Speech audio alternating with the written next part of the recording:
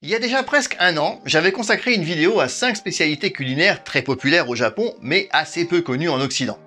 Alors évidemment, 5 plats, c'est très loin d'être exhaustif, et ça fait un bon moment que je me dis qu'il serait temps de faire un épisode 2. Et ben voilà, on y est. Je vous propose que l'on découvre aujourd'hui 5 nouvelles spécialités, toujours très répandues au pays du soleil levant, mais beaucoup moins chez nous.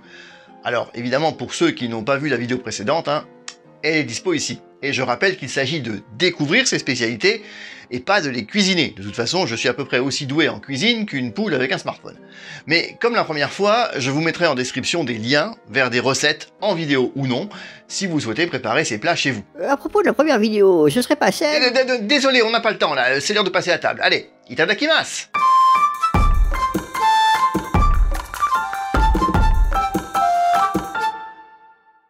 Au Japon, si vous commandez un karaage, on vous servira de petites bouchées de poulet préalablement marinées et frites dans l'huile. Et en effet, c'est la recette la plus répandue.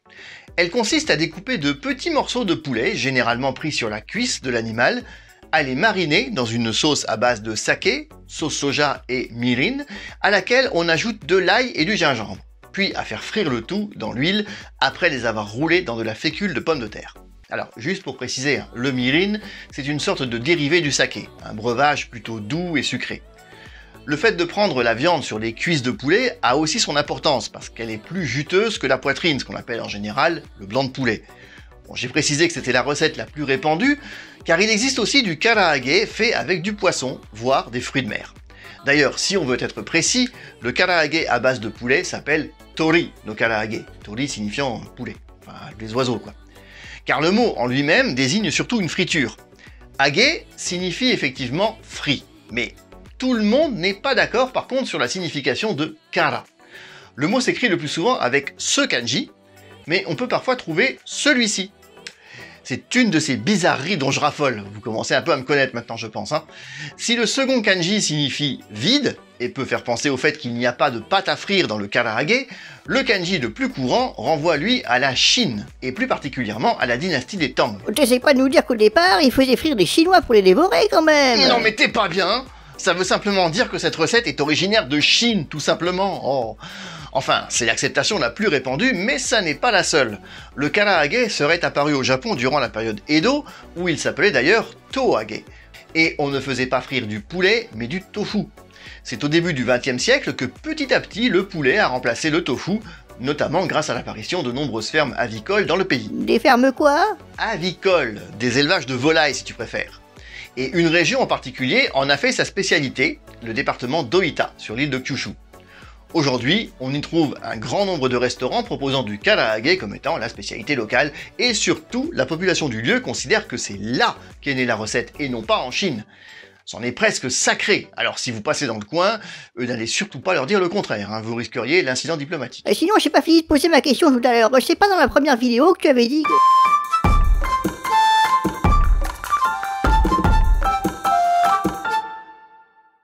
Histoire de varier un peu, on va parler maintenant d'un plat qui est plutôt une gourmandise, on devrait même parler de pâtisserie. Et une pâtisserie qui, vous allez le voir, a une histoire assez singulière et qui donne le sourire. Enfin, je trouve. Mais d'abord, le taiyaki, c'est quoi? On pourrait appeler ça une gaufre, sauf qu'ici, on ne met pas la garniture dessus, mais dedans. Généralement, on y trouve de l'anko. Vous savez, cette pâte de haricots rouges dont les Japonais raffolent. Mais de plus en plus, on trouve moult déclinaisons et on peut désormais en trouver avec de la pâte à tartiner chocolatée, on va pas citer de marque, ou même du taiyaki salé, au fromage par exemple. Mais la particularité du taiyaki, c'est avant tout sa forme. Vous l'aurez évidemment remarqué, c'est une gaufre en forme de poisson. Et pas n'importe quel poisson. Alors, c'est ici qu'intervient l'histoire de ce plat. À l'origine, il s'agissait d'imagawayaki. L'imagawayaki, c'est un peu le même principe qu'une gaufre fourrée, mais sans forme particulière. Alors, généralement, c'est assez arrondi, et ça se vend notamment durant les festivals, dans les yatai, ces petits stands de street food très populaires au Japon. L'inventeur du taiyaki s'appelait Kanbei Seijiro. Il a vécu durant l'ère Meiji, fin 19e, début 20e. Et oui, on retrouve à nouveau cette période charnière dès qu'il s'agit de cuisine, décidément. Originaire d'Osaka, il s'installe à Tokyo et ouvre une boutique d'imagawayaki. Mais ses affaires ne marchent pas fort. Ces gaufres ne se vendent pas très bien. Et c'est là qu'il a l'idée de leur donner la forme d'une dorade. et plus précisément d'une dorade rouge, tai en japonais. Le tai est considéré au Japon comme un poisson porte-bonheur, et à l'époque il coûtait en plus très cher. On le réservait pour les grandes occasions. Et l'idée de Seijiro fait mouche, les ventes repartent et son taiyaki est un véritable succès. Mais la popularité de ce plat finit par décliner après la Seconde Guerre mondiale. Jusqu'à la fin de l'année 1975, où sort une chanson intitulée Oyoge Taiyaki-kun, interprétée par Shimon Masato, un titre qui se traduit par Nage, petit taiyaki, et qui a été utilisé notamment dans l'anime pour enfants Hirake Ponkiki. La chanson raconte ainsi l'histoire d'un taiyaki qui, lassé d'être cuit tous les jours, s'échappe de son moule et retourne dans la mer. Heureux de sa liberté retrouvée, il finit par déchanter, car il est sans cesse poursuivi par les requins. Et en plus, il a du mal à leur échapper car il est alourdi par la pâte de haricots. Et puis il commence à avoir faim. Il aperçoit de la nourriture et se précipite dessus, mais se rend compte trop tard qu'il s'agissait d'un hameçon. Et malgré ses efforts, il est remonté par le pêcheur, qui le croque. Oh, mais elle finit super mal ton histoire. Bah écoute, à la base, ça reste une gaufre, hein. Mais si ça vous a plu, sachez quand même que la boutique créée au début du XXe siècle par Seijiro existe toujours à Tokyo. Elle se trouve dans le quartier Azabu-Juban, dans Minatoku, pour ceux que ça intéresse. Perso, j'ai déjà ajouté l'adresse à la to-do list de mon prochain voyage. À propos de ton prochain voyage, moi j'aimerais bien qu'on reparle de la première vidéo sur les plats japonais, et notamment du natto parce que...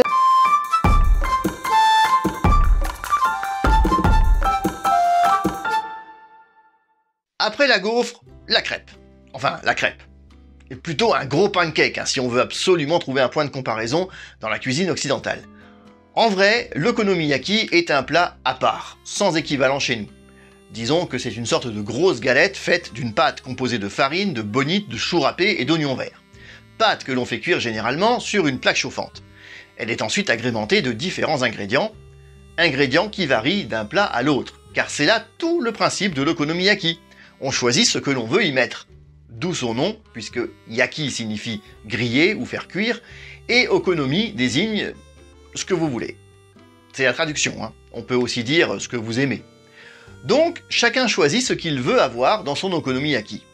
Généralement, ça peut être du porc, des crevettes ou des légumes. Mais il existe 1001 variantes. Et souvent, ce qui frappe, c'est la garniture.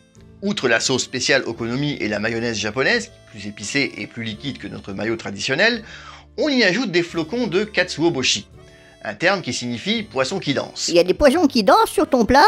Mais non, c'est une image, évidemment. Il s'agit de copeaux de bonite séchés, très fins et très légers qui ont tendance à bouger légèrement sous l'effet de la chaleur. L'origine de ce plat remonte pour une fois un peu plus loin que l'ère Meiji, en pleine période Edo, vers 1683.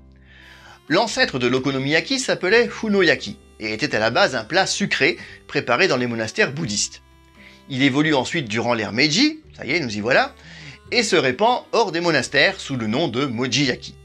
Mais c'est le grand tremblement de terre du Kanto de 1923 qui va le faire passer du sucré au salé. En effet, la population manque de tout et c'est un plat très facile à préparer, avec peu d'ingrédients et peu de matériel. Et c'est finalement la Seconde Guerre mondiale et ses ravages qui seront à l'origine de l'okonomiyaki tel qu'on le connaît. Après les bombardements, le pays manque cruellement de riz et la population réalise que ce plat peut se préparer sans cet ingrédient majeur de la cuisine japonaise. Alors d'un côté c'est assez triste évidemment, mais c'est ce qui a fait que la recette salée s'est démocratisée et s'est répandue dans le pays. L'okonomiyaki présente du coup plusieurs variantes selon les régions. La description que j'en ai faite au début est la recette du Kansai, la région d'Osaka, mais on connaît également la version de la région d'Hiroshima, dans le Chugoku, pour laquelle on cuit des couches successives d'ingrédients finement hachés avant d'ajouter la pâte. Et il existe enfin la version tokyoïte qu'on appelle monjayaki, où les ingrédients sont disposés en cercle sur la plaque chauffante et on verse ensuite la pâte au milieu. La particularité ici, c'est que c'est le client lui-même qui prépare son plat. On s'installe autour d'une plaque chauffante et on commande les ingrédients. Alors ça n'a l'air de rien, mais c'est pas si évident que ça. Et surtout quand, comme toi, on a deux mains gauches. Peut-être, mais méfie-toi, parce que j'ai 2 pieds droits, ça fait une bonne moyenne. En tout cas, si vous voulez vous y essayer, rendez-vous dans le quartier de Tsukishima, à Tokyo. Vous y trouverez plein de petits restaurants à Monja. Oh bah c'est donc pas là que tu devras aller pour manger du natto, parce que je te rappelle que dans la première vidéo, tu...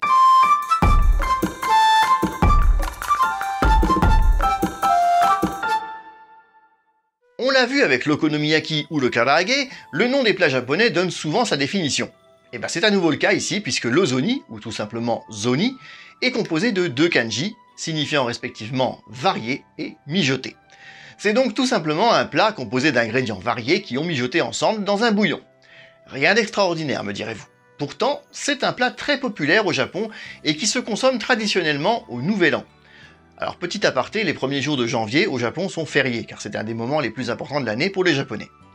Il existe plusieurs plats traditionnellement associés à cette période festive, et l'ozoni en fait donc partie. Et pour une fois, c'est un plat dont l'origine remonte carrément à l'Antiquité. Mais les premières traces écrites qui en font mention datent de l'époque Muromachi, soit vers le XIVe siècle.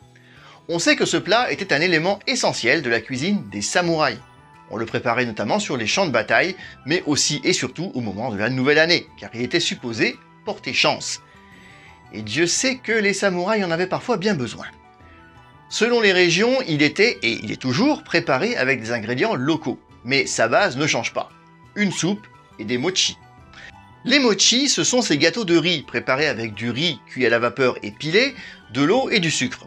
Leur forme peut toutefois varier d'une région à l'autre. Ils sont par exemple plutôt ronds dans le Kansai et à Shikoku, et carrés dans la région du Kanto. La soupe, elle aussi, n'est pas la même d'une région à l'autre. Plutôt claire et faite à partir de dashi, c'est-à-dire du bouillon de poisson dans le Kanto, on trouvera plutôt de la soupe miso dans le Kansai. Quant aux autres ingrédients, je l'ai dit, ils varient selon la région. Sur les côtes, les fruits de mer seront évidemment privilégiés, tandis que dans l'intérieur des terres, l'ozoni sera composé de légumes tels que le daikon ou les carottes. Et chaque ingrédient a en fait une signification. Le mochi, de par sa texture plutôt élastique, représente la longévité et le bien-être, tandis que les ingrédients secondaires symbolisent l'abondance des récoltes. Franchement, parfois je me dis qu'au lieu de prendre de soi-disant bonnes résolutions qu'on ne tient jamais au Nouvel An, on ferait mieux de se préparer un ozoni. Et ta bonne résolution de manger du natto en live au Japon, quand est-ce qu'on en parle? Je vois pas du tout à quoi tu fais référence. Next.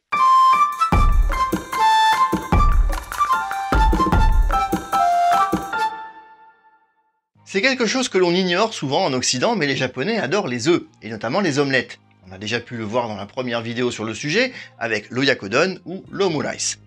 L'omelette fait véritablement partie de la culture gastronomique japonaise. Et ici, on a affaire à une variété d'omelettes roulées sur elle-même. Elle peut être sucrée ou salée, il en existe là aussi de nombreuses variantes. La version salée se retrouve également en garniture sur certains sushis. Dans ce cas, il arrive que les chefs l'aromatisent avec de la pâte à crevettes. Mais la particularité du tamagoyaki, qui peut tout simplement se traduire par œuf cuit, c'est qu'il est préparé dans une poêle de forme carrée ou rectangulaire, que l'on appelle makiyaki nabe. Mais on trouve aussi parfois le terme de tamagoyaki ki. Non, Mais... j'ai dit non. Enfin quoi, je n'ai rien dit. Non, mais t'allais le faire. Je vois pas du tout de quoi on m'accuse. Tu allais me sortir un truc à base de kiki, avoue-le. Ah bah c'est pas moi qui l'ai dit. Ouais. Alors pour couper court à tout jeu de mots foireux, le kanji ki que l'on trouve derrière le mot tamagoyaki signifie tout simplement outil. Voilà. Et si on utilise ce type de poêle bien spécifique, c'est dans le but que l'omelette ait une épaisseur bien régulière sur toute sa longueur. La poêle doit donc aussi avoir des bords assez hauts.